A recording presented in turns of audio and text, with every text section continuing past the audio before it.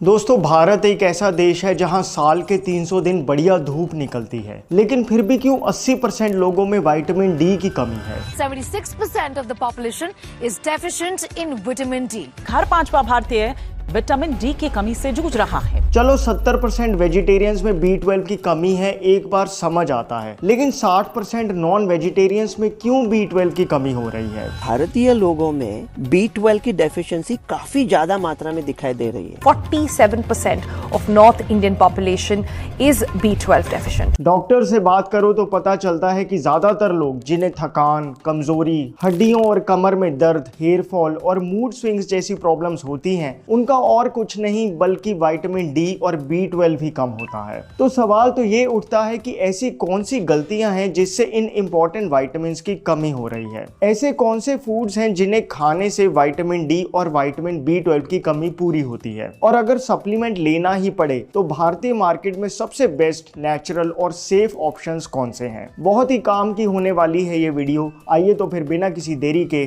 शुरू करते हैं।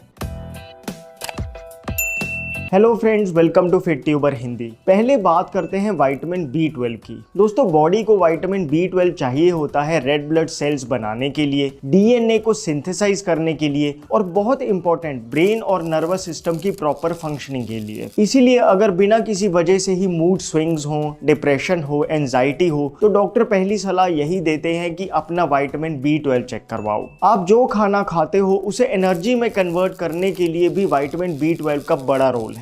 इसलिए जिन लोगों को विटामिन B12 की कमी होती है वो सब कुछ खाते हुए भी थके से, एनर्जी लेस से महसूस करते हैं। आपको हैरानी होगी कि भारत में 47% लोगों में B12 की कमी है। B12 200 से लेकर 950 के बीच में होना चाहिए, लेकिन अगर 150 से कम हो तब तो शरीर में कभी ना खत्म होने वाली थकान, मूड हमेशा ऑफ सा रहना और कुछ केसेस में तो ऑटो इम्यून डिजीजेस का कारण भी बन सकता है। हमारी बॉडी को डेली 1000 मिलीग्राम कैल्शियम चाहिए, जबकि सिर्फ 2.4 माइक्रोग्राम B12 चाहिए, यानी कैल्शियम B12 से 4 लाख गुना चाहिए। अब अगर इतना कम B12 चाहिए, फिर क्यों इतनी B12 की कमी हो रही है। देखो, पहला रीजन तो यही हो सकता है कि आपकी डाइट में ही विटामिन B12 ना हो। वेजिटेरियन लोगों को यह प्रॉब्लम आती है, तभी तो भारत में 70% वेजिटेरियंस में B12 की कमी है। दूसरा रीजन हो सकता है कि आप तो B12 रिच फूड्स खा रहे हो, लेकिन आपकी बॉडी उसमें से B12 को एब्जॉर्ब ना कर पा रही हो। B12 सही से एब्जॉर्ब हो, उसके लिए आपके पेट का स्टमक एसिड स्ट्रांग होना चाहिए, गट हेल्थ अच्छी होनी चाहिए। और आजकल जिस तरह का खाना हम खा रहे हैं, ये एक मेजर प्रॉब्लम बन गई है। पहले हम ऐसा खाना खाते हैं कि गैस एसिडिटी हो जाए, और फिर गैस एसिडिटी ना हो उसके लिए